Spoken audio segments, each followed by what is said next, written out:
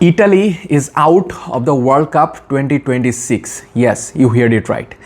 Italy's worst nightmare has come true once again এবং Italy world কাপে qualify করতে পারে নাই আবারও পরপর তিনবার তারা ওয়ার্ল্ড কাপে কোয়ালিফাই করতে ব্যর্থ হয়েছে। Four Times world champion Italy is out of the World Cup 3 times in a row, and this is a harsh reality for Italian football team, and life is unfair, my friend. Life is very much unfair, and you have to be ready for the unexpected things in life, because আপনি একবার খেয়াল করে দেখেন এই Italian football বিশ্বকে কি না দিছে। মানে ইটালিয়ান ফুটবলের হিস্ট্রি যদি আপনি চেক করেন তাইলে আপনি বুঝতে পারবেন যে ইটালি ফুটবলকে কত কিছু দিছে আজ পর্যন্ত। এবং 1990 সাল থেকে ইটালির আপরাইজিং হওয়া শুরু হয়েছিল এবং 2006 সালে যখন তারা বিশ্বকাপ জিতে এরপর থেকেই তাদের ডাউনফল শুরু হয়। আমি যদি আপনাকে একটু পিছনে নিয়ে যাই এবং স্ট্যাটিস্টিক্সগুলো বলি তাইলে আপনি বুঝতে পারবেন। 1990 সালে ইটালি ফুটবল ওয়ার্ল্ড কাপে হয় আপনার 3rd প্লেস অর্জন করে। 1994-তে আবার ওয়ার্ল্ড কাপ হয় যেখানে তারা ফাইনালে ওঠে অ্যান্ড হেরে যায়, 2nd প্লেস পায়। দেখেন অবস্থাটা। 1998 সালে তারা কোয়ার্টার ফাইনাল পর্যন্ত যায় ওয়ার্ল্ড কাপের। 98 পরে 2002, তখন তারা হচ্ছে আপনার রাউন্ড অফ 16-এ পৌঁছায় Italy.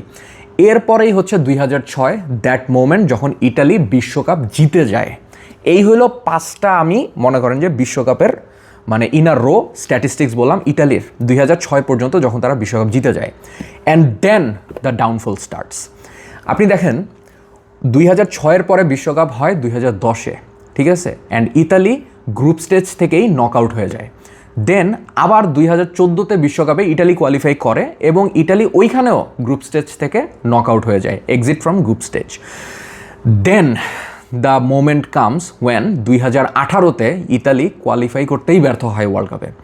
They are out of the world cup in 2018। এরপরে 2022-এ তারা আবারও কোয়ালিফাই করতে ব্যর্থ হয় ওয়ার্ল্ড কাপে। এবং এরকম না যে ইতালির প্লেয়ার ছিল না বা ইতালি দুর্বল টিম, এরকম কিছু না। এবং সর্বশেষ দ্য ওয়ার্স্ট নাইটমেয়ার ইতালির সেটা হচ্ছে 2026-এও তারা ওয়ার্ল্ড কাপে কোয়ালিফাই করতে ব্যর্থ হয়। টানা 3বার, অর্থাৎ আপনি টেকনিক্যালি দেখতে গেলে 12 বছর ওয়ার্ল্ড কাপে কোয়ালিফাই করতে ব্যর্থ হয়েছে ইটালি। এবং মজার ব্যাপার হয়েছে, আপনি যদি টেকনিক্যালি খেয়াল করেন, যদি ধরে নেই কোনো কারণে ইটালি 2030-এ কোয়ালিফাই করে ফেললো ওয়ার্ল্ড কাপে, 2030-এ, এখন তো 26, অর্থাৎ অলরেডি আপনি 12 বছর ধরে out of the world cup. 2030-এ যদি ইটালি কোয়ালিফাই করেও তাইলেও আপনার যে টাইম লাইনটা শুরু হয়েছে এটা 16 বছরে যায় ঠেকবে, তাই না?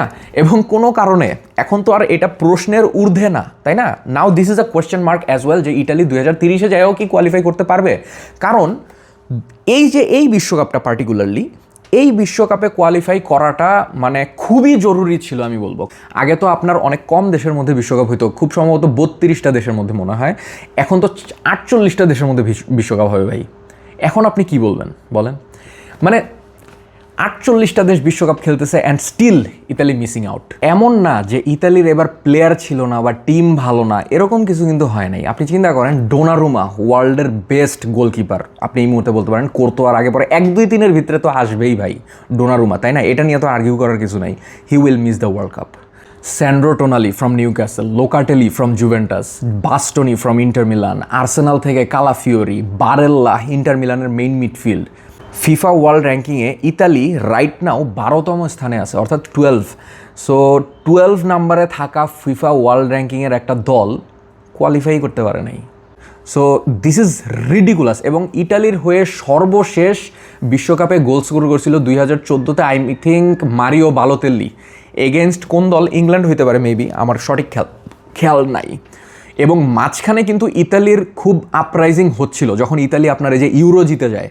ওই যে জর্জিনহো খুব ভালো পারফর্ম করতেছিল, এখন তো জর্জিনহো নাই, বাট স্টিল ইতালি কিন্তু মাঝখানে ইউরো জিতে এবং তখন সবাই একটা আশার আলো দেখতেছিল যে ইতালি এবার বিশ্বকাপে ঠিকই কোয়ালিফাই করবে।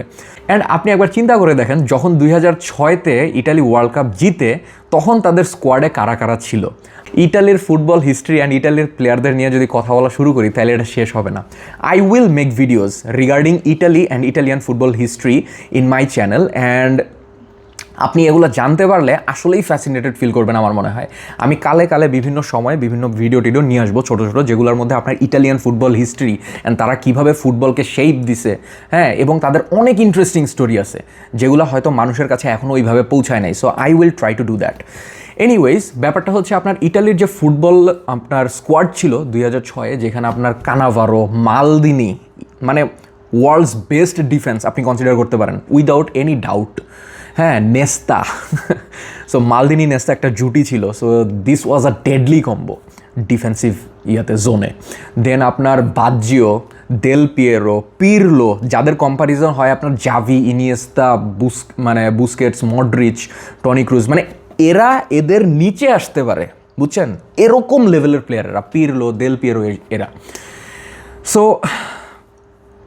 I am feeling very sad for Italian football team. And আপনি একবার চিন্তা করেন, যেই ছেলেটার বয়স 2014-তে 10-12 বছরের আশেপাশে ছিল, সেই ছেলেটা যদি ইটালিয়ান হয়ে থাকে বা ইটালিয়ান ফুটবল সমর্থক হয়ে থাকে, তবে সে কোনোদিন তার টিমকে বিশ্বকাপে পার্টিসিপেট করতেই দেখে নাই। অ্যান্ড 2026 সাল, এখন 2030 সালে তার বয়স কত হবে যদি ইটালি কোয়ালিফাই করে 2030-এ, এবং তখন যায় সে হয়তো দেখতে পারবে ইটালি ফুটবল বিশ্বকাপে পার্টিসিপেট করতেছে। And this is very sad. A whole generation will miss Italian football.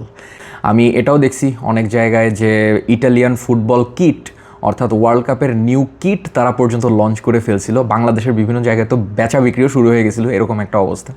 এবং ওয়ার্ল্ড ওয়াইড আপনার ইটালির ফুটবল যে জার্সি, ওটা অনেক সুন্দর হয়েছিল এবার। এবং আমি তো ভাবছিলাম যে একটা কিনে নিই মনে, হ্যাঁ, অনেক সুন্দর হয়েছিল ইতালির জার্সিটা। এবং ইতালি হচ্ছে আপনার ডিজাইনিংয়ের জন্য ওয়ার্ল্ডের best.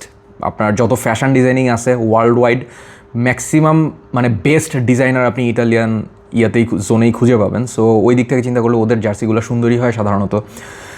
Anyways, feeling sad for Italy. এবং আপনারা কি মনে করেন ইতালির ফুটবল নিয়ে, ভবিষ্যৎ নিয়ে বা পাস্ট নিয়ে, সেটা আমাকে অবশ্যই কমেন্ট সেকশনে জানায়েন। আমি অবশ্যই পড়বো আপনাদের কমেন্ট। যদি ইনসাইটফুল কিছু হয়ে থাকে, definitely I will read that. এবং স্যাড ফিল হইতেছে আসলে ইটালির জন্য, কি বলবো।